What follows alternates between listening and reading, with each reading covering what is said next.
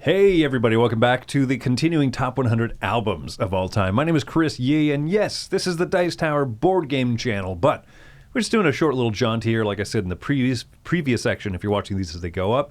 It's going up during the Dice Tower retreat, so we're out of the office, and so I figured this would be some fun content to do, just a fun little aside.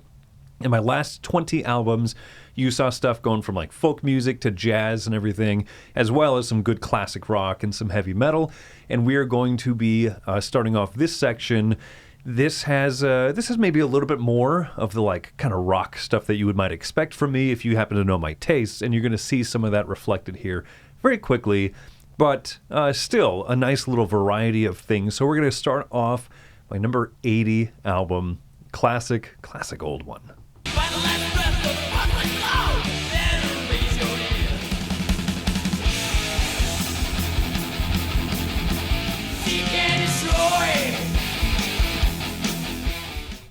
So Metallica's debut album that hit the scene 1983, Kill 'Em All.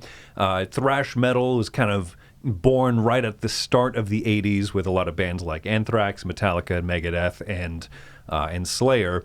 And this one is not my favorite Metallica album by far, and it's the most rough around the edges, and you can definitely tell it's you know, their first attempt out there as teenagers making a splash on the metal scene, and they really did. I love so much of this. And I love the Cliff Burton albums. You know, there's very few bands that are almost like an era is defined by their bass player, but this one really is. Anesthesia, Pulling Teeth is literally just a bass solo where he just rips, you know. But so much of this fast-paced thrash metal that's so fun and so easy to just like, you know, bang your head along to. When I was younger, I was doing more of the headbanging, whipping around my long hair that I no longer have, using my neck muscles that I no longer wish to harm in any way. But seeing Metallica play live and seeing them still love these original songs is so satisfying. Great album, great early promissory note of even better work to come in the future. She my pride and joy.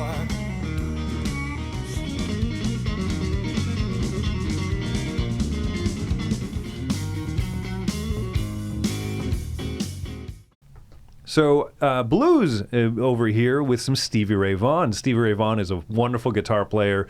He was a wonderful guitar player, wonderful singer, big, booming, soulful voice. And Texas Flood is kind of the album that I keep coming back to of his. There's so many good tracks on here. Pride and Joy, of course, is such a fantastic love song with some swagger to it and everything. But it's just his guitar playing. And if you said, hey, do you think that, you know, maybe like the second best track of your album should be Mary Had a Little Lamb?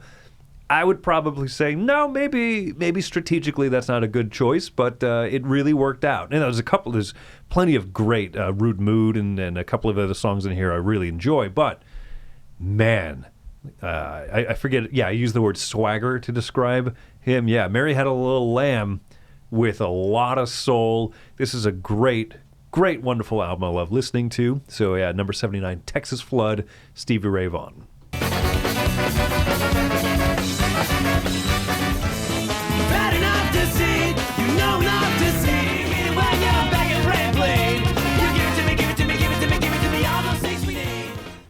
I enjoy bands that can be quite a full frontal assault on the earlobes, and so obviously heavy metal is fine with that. Last section I had Bear Ghost as one of the bands on here, and this band, Streetlight Manifesto, is phenomenal. They're such good songwriters, such good, you know, instrumentalists and arrangers. So somewhere in the between is one of their, I still think of this as kind of like, like one of their later albums, sort of. From 2007, buddy. Get with the times, Chris. This is such a great evolution of their previous album, which I thought was absolutely wonderful. But some of their musicianship in tracks like We'll Fall Together and Would You Be Impressed, astonishing. The amount of arrangement that they have on the saxophones and the horns and stuff. Thomas Kalnaki's vocals are just rough. They're really grating and fit perfectly with everything going on.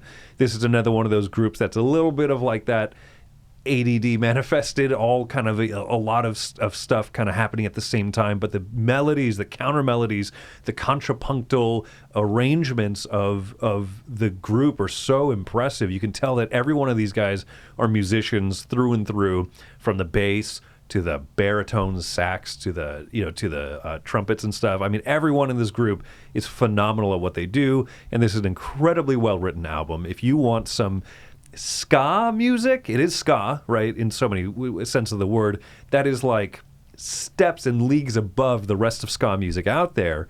Not that I'm not a huge fan. You saw I already had an Aquabats album on the top 100 list, but this one is just something special for sure. So yeah, really love Somewhere in the Between. A catch in my throat, choke.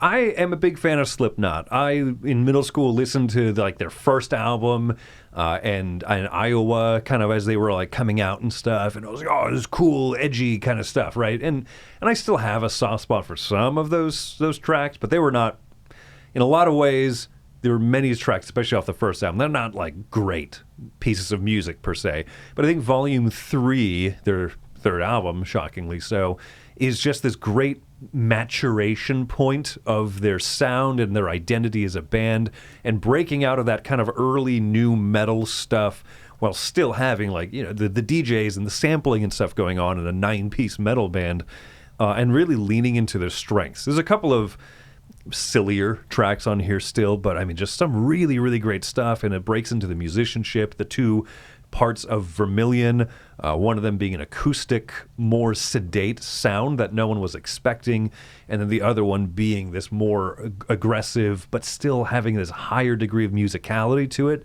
than they had before, was really impressive. In fact, if you listen to some of the earliest Slipknot demo tape, you'll hear that they had more musicianship in bold, different directions than came through on their first two albums. And so this is a little bit coming back to some of those early roots, but then also exploring in new ways. I really love a lot of these tracks on here. Some more radio-friendly-ish sounding things, but then also, of course, some stuff that's definitely not. So that is 77, Volume 3, the Subliminal Verses. Bum, bum, bum, bum, bum, bum, bum, bum, bum, bum, bum, bum, bum. Mr. Sandman and the company jumps to leave us reveille. He's a boogie woogie boo by company big. Do-we-do, ba-do-do-do, soon turned out, had a heart of glass. So where do you go from Slipknot? Of course, to the Puppini sisters. It only makes sense. This was an album I found at Goodwill. I bought it, I think, for $1, maybe $1.99. And it was just kind of, I was like, oh, you know, this looks promising, right? I love Sweet Adelaides. I love, definitely that. I'm a huge fan of jazz music, as you saw in the previous list, and so much of the swing era and everything, the Glenn Miller and stuff. There's a lot of great music that came out of that time period, not all of which are albums. But this is a modern album, I say, from the year 2007. But this is a modern group. They're still performing now. In fact, they had a big Christmas performance with Michael Bublé. They had a really great rendition of Jingle Bells with them. And so they're pretty well known, but I still think that a lot of people should check them out if you haven't heard it. And this album, I think, is my favorite of their... Not I think, this is my definitive list. This is my favorite of all their albums. And I think that it has this great mix of older show tunes like Sisters, and then classic vocal group songs like Mr. Sandman and stuff. Mr. Boogie Woogie Bugle Boy of Company B, as you heard, they have such great diction, and they're so in line in precision with each other. They're amazing.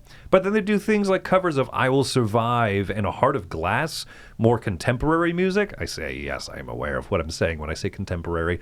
But man, they're so good. So good. One of the best female vocal groups to grace the stage in decades. They're amazing, and I love this album, Bet Your Bottom Dollar. Martian girl from planet B, will you marry me?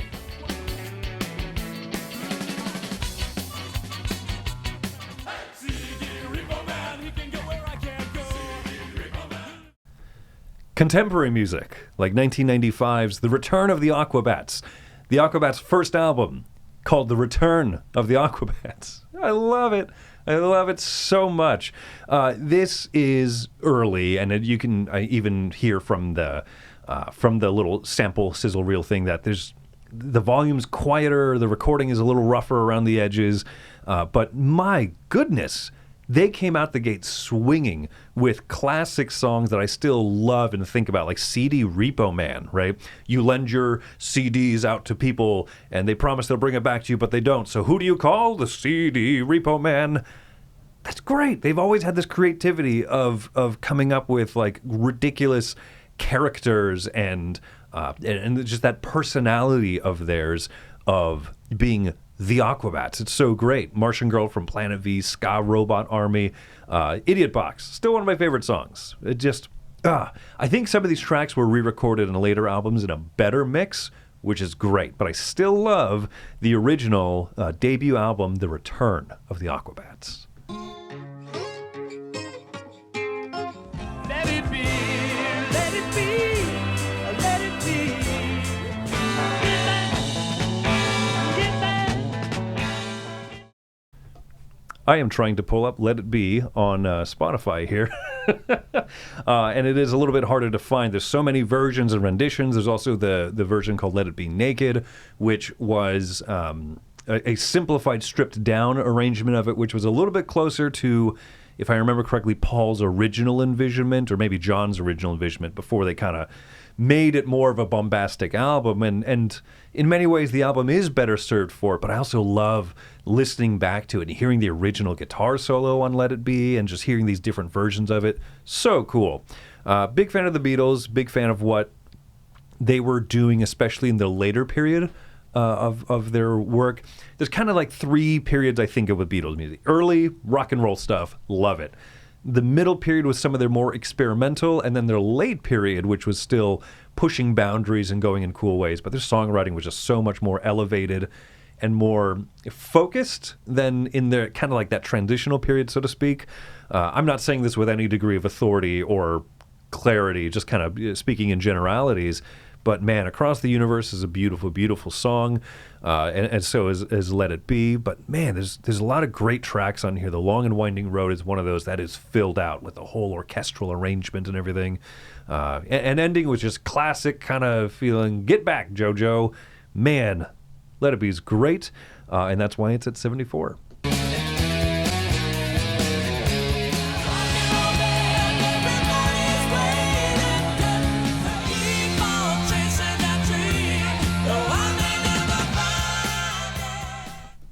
I love Boston. What a fantastic band that's put out like 5 albums since 1976. They're barely averaging one a decade. But, you know, the first 2 albums are great, but Boston, the first album, their debut on here is absolutely one of my favorites. Every single track on here is one that I can just sing along to at the top of my lungs. Every one of these is just phenomenal, and Long Time is one of the best, just kind of that like big arena, just rock songs that just, I don't know, man, call it what you will, call it, yacht rock. That's not exactly, but just it's kind of become this thing. You're like, oh yeah, like older white people music, whatever you want to call it. I don't care. Boston's amazing. This era of arena rock just screams to me the musicianship quality, the creativity in the songwriting, the focus on guitar playing. I'm a guitar player, and so I love hearing just those really, really fun, creative those licks between the guitar and the keys and just everything going on. This album is start to finish phenomenal, and that's why it's 73.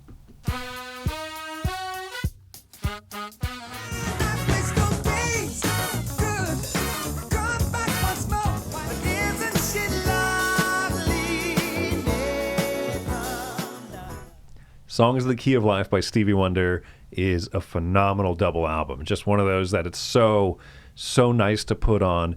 And, there's songs on here that just every time I think of what it takes, like what it would take to write and make some of this music, just floors me. And then, of course, it also is a nice surprise for people who have maybe never heard some of these original songs, as, for example, Pastime Paradise became the basis from which Gangster's Paradise, from which became the basis of Amish Paradise. So if you've never heard the original, treat yourself to that. If you are familiar with Will Smith's Wild Wild West song, then you have to check out I Wish. I mean, it's just an amazing, imaginative, perfect storytelling song. Maybe not imaginative is the word to use, but that storytelling of appreciation of youth and growing older, and it's so good. This is Sir Duke. Oh my gosh. What a great tribute to Duke Ellington. What a great tribute to early music pioneers, and that's kind of a lot of the stuff that I love pulling from too. So anyway, Songs of the Key of Life. Oh my goodness, what a phenomenal album. That's why it's my 72. We just came to party down. Slow down. You got to slow down. And will the revolution come? Well, that's what they all say. As I said, I really enjoy ska music, and Real Big Fish is they're a great band in that genre. I don't think I have too many of their albums in my top 100. There's a lot that I enjoy. Really love their live stuff. They have great energy when they perform live. I still think of this as one of their newer albums, and it is not that many albums ago numerically, but it's also from 2007. I'm sensing a trend here in this part of the list. I'm not sure why. I mean, high school era, you getting out of high school, moving into the real world and stuff. It's just, it's an important time, and it formulates a lot of your musical tastes. So not a surprise, but of course these are bands that have been around long before 2007. Party Down, great, right? I should have checked some of these titles to make sure that all the words are good. I think they're good. I think I'm fine showing them on screen. But yeah, this album, a lot of fun. It has that signature that signature Real Big Fish, upbeat, happy, fun music, terrible, depressing words that, just lyrically, a very sardonic sense of humor. And I love Real Big Fish for that. So yeah, there you go. That's my 71. But I'll come on back, 'cause I know that when I get to the bottom of your heart, the odds are that we will probably be all right. I really enjoy Barenaked Ladies. I think that they're a wonderful band in the 90s. They had, of course, some good, comedic, funny sense of humor hits and stuff. One Week is an absolute standout. But my favorite albums of theirs are some of the more recent stuff. They've been really just on fire. If Wendy and I had to collectively, between the two of us, pick a favorite band, it would probably be Barenaked Ladies. We got really into them.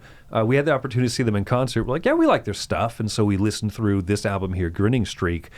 And it was at a fairly rough time in our life. Just a couple of heavy things going on. And finding this album was like this great thing that we would sing along to this in the car every time that we were driving somewhere. I learned to play some of the songs on guitar, and we'd just being able to sing some of these songs along and just have that really nice bonding thing between her and I when so much else was just kind of difficult. But they have this great sense of humor about them. They do. They have this delightful, kind of like that Real Big Fish thing, where they're not afraid to not be a very serious band and everything. And they have great lyrical wordplay. Boomerang has all of these things about, the idea of like, you might have thrown me off, but I'm coming back like a boomerang. I'm coming in hot. I hope you catch me. Just a lot of these really fun lyrics. But the track Odds Are is so great. And this one got me through a pretty rough time because it has this very humorous take on the odds are we're going to be all right. It's not one of the songs that's like, we'll make it through. Everything's going to be okay. It's like, I don't know, odds are probably good. And there's something so humorous about that makes me really appreciate it. So, this is great. I love this album. I wish the last track were a little bit stronger. I wish the opening track were a little bit stronger. But once you get past Limits, I think every song on is just so good and a nearly perfect album from start to finish. So that's Grinning Streak.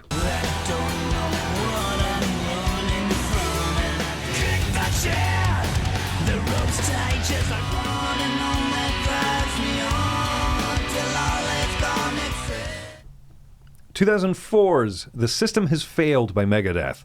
There's more Megadeth coming. I love this, this thrash metal type of stuff. And this one was, I consider this also, this is like a later Megadeth album. Well, the first album came out 20 years before this, right?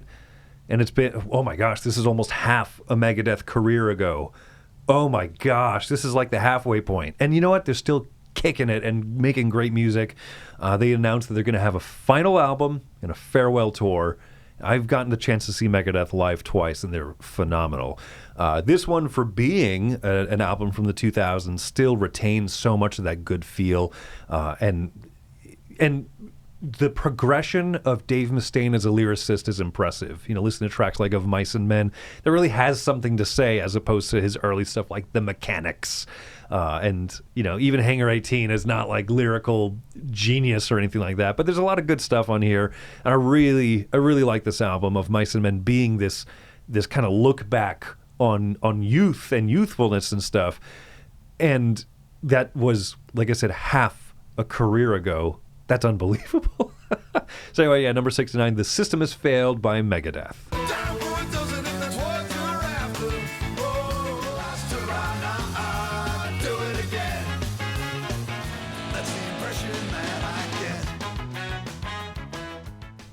'68's Let's Face It by the Mighty Mighty Bosstones.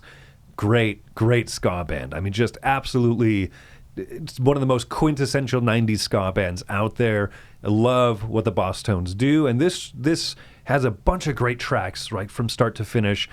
Something I'm trying not to say about every album because so many albums are like that on here, but like Noise Brigade right off the bat kind of puts you into that mood, right? Ska is life. I will never abandon ska. Royal Oil, the impression that I get is so many great tracks on here that I simply love, and that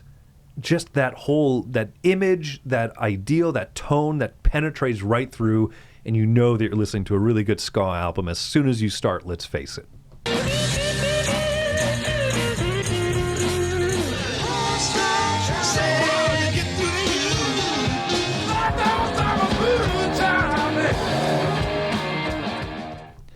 Jimi Hendrix is one of the single-handed pioneers of the modern electric guitar, and it's undeniable, right? Now, there's a lot of amazing, I guess modern is, I don't know how to use that term. So much of modern electric guitar playing, virtuoso playing, is technical speed demon type stuff, and you just listen to Hendrix play, and you have no doubt that he pours his heart and soul into that guitar.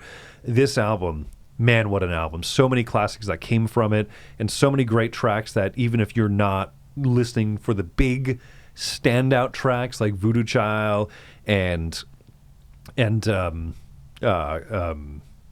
Heavens, what am I? Just if you're not even looking at like the major tracks, there's so many good tracks. Crosstown Traffic should just be in everyone's rotation, everyone's mix. It's so fun. It's so enjoyable. And man, what a career, what an impact Jimi Hendrix had with just that short time span he had pumping music out there. Oh, I'll ever be indebted to him as a guitarist.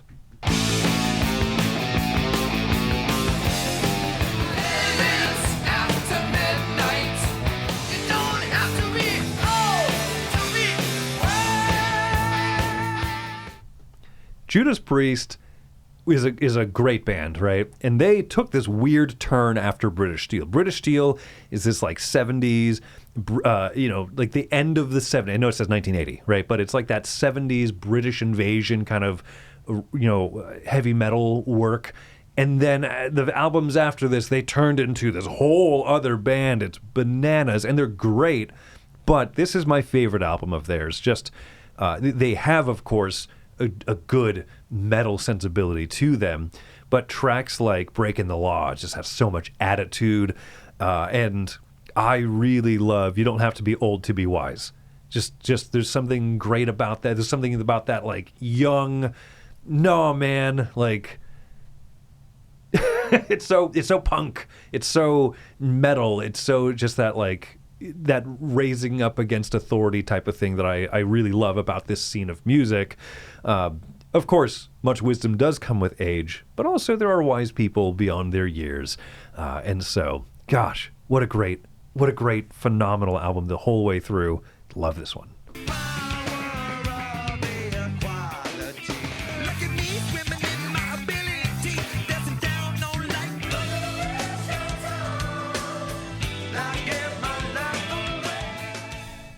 I really enjoy the Red Hot Chili Peppers, and so this album, Blood Sugar, is just absolutely no surprise there that I really enjoy. I mean, from the opening track, Power of Equality, swing, better, swing. You know, there's just so much of that attitude and so much of that put in there, and then just beautiful songs.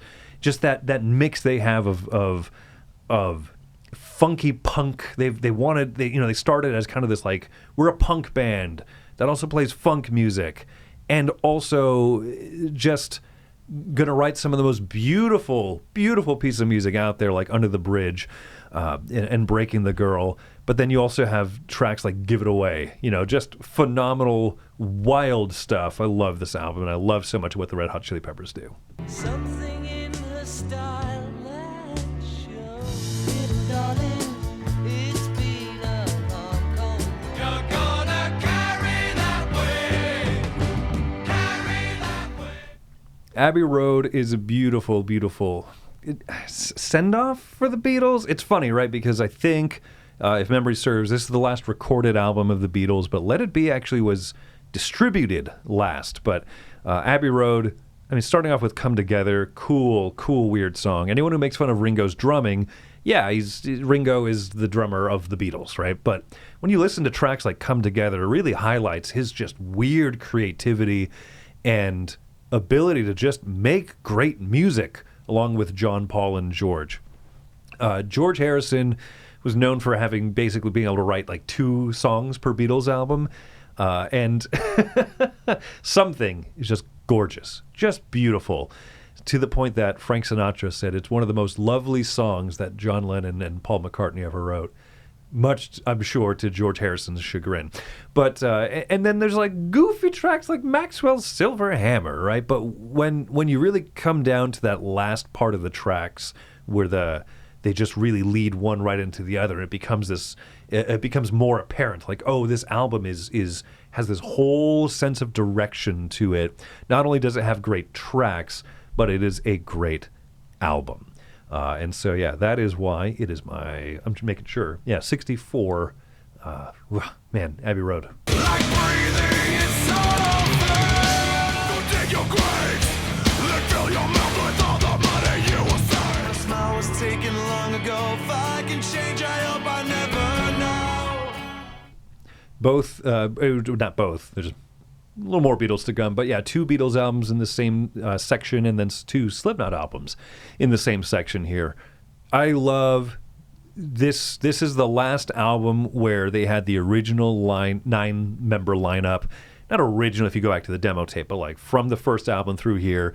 And this is the perfect, I described Volume 3 as a maturation of their sound, and Volume 4 is like the perfect ripening of it for me. There's so many amazing tracks on here. Yes, Gematria, the Killing Name, is just rough and abrasive in so many ways. And then you get to Sulfur, and it just has this beautiful musicality to it while keeping all that aggressiveness. Psychosocial with its amazing percussion interlude breakdown that just, I remember hearing that song at midnight in my buddy's truck as we're driving around. This was 2008. So, yeah, we're just hanging out, a couple of us, teenage punks, right, graduated from high school and stuff. And I heard that song, heard Psychosocial on the radio, and my friends looked at each other and were like, what is this track? We never heard it before. Oh, it's a new album that just launched as of midnight. And we rushed to the store and we bought it. And it was, it led to a couple of other funny instances. One day, I will tell you about the Slurpee Challenge. But anyway, the point being, this album, so good. So good. And just like, and as you heard in the little snippets there, I think it is Snuff is just beautiful. Not necessarily adjective I was expecting to use for a Slipknot album, but truly beautiful. So I love this album. Come on action, satisfaction. The brothers with the posse, pick up and fill 'em, kill 'em with your vocalism. I shoot the gift, let's take it back to the concrete streets. Original beats with real live MCs. Playground tactics. Jurassic 5 is my favorite hip-hop group. They are so good, and this album of theirs, J5, this is the deluxe edition. I don't think it came out in 2008, but I don't know if Spotify has the original. Anyway, I'll have to... Anyway, I'm not sure the dates on that. But this is an amazingly crafted album. It's so good, so lyrically creative and clever, but then also the sampling that they have in there, the samples that they pull from to create those backing tracks are so good. Jayu is a great track. Concrete Schoolyard is just one of my favorite tracks. The second I heard that song, I thought, I love this group. And then digging more and more deep into their repertoire, their catalog, I was like, yes, this is so much what I want from this genre. A lot of people call it backpack rap, and you'll see just a little bit more of that, right? But this is just one of the best albums out there. If you're going to listen to a single track, either Concrete Schoolyard or Action Satisfaction are the ones to check out. Such great grooves, such great lyrical content and everything, but so good. Love Jurassic 5. I feel like a lightning strike every time I rock the mic. An invisible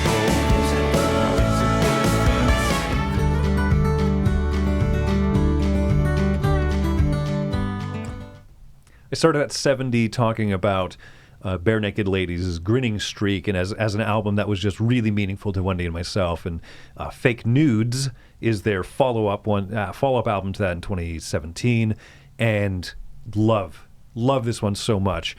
Starts off with Canada Dry, right? A nice, happy little tune. It's not a great kickoff to an album, so to speak. I think that's maybe the one downside of it, right? But there's a lot of, they kind of venture into a little bit more, rather than 90s alternative rock, some kind of pop-focused music with tracks on here, like Looking Up. But there's still so much good, and it's amazing because everyone in the band is so talented. They all take turns singing and stuff. So Kevin, I believe, is the name of the keyboard player, pianist, who also plays accordion. He's very, very multi-talented. Some of his tracks on here that I assume that he let out more on writing, Invisible Fence, and Township of King, are just great. But there's so much about this album that I just love from start to finish. And like I said, Canada Dry it's not a bad track at all. It's a great one off the album. Just I wouldn't have minded if they had kicked it off with a little bit more excitement, but it's a fun, sedate, humorous song. Canada Dry is great, but Township of King is just one of the most beautiful songs out of everything of this section of 20 albums. So yeah, Fake Nudes, an absolutely wonderful one. So there you go, 20 more albums, 3 more sections of this video to come.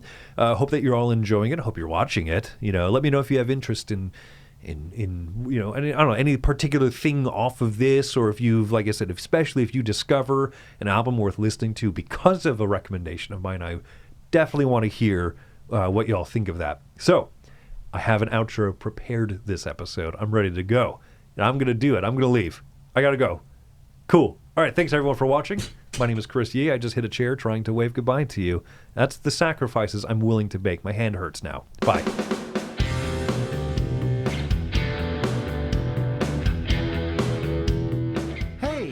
Thanks for watching another video here on the Dice Tower. We really appreciate you stopping by and checking our things out. Thanks so much for joining us today. And hey, if you really like what we're doing here at the Dice Tower, then there are different ways to support the Dice Tower. One of those ways is through Patreon. We have links in the description to this video, and we have links to lots of other things we do down there, so definitely check it out. But either way, we're glad you watched us. Tell your friends about the Dice Tower. Until next time, though, I'm Tom Vassell, and I hope you enjoyed this video.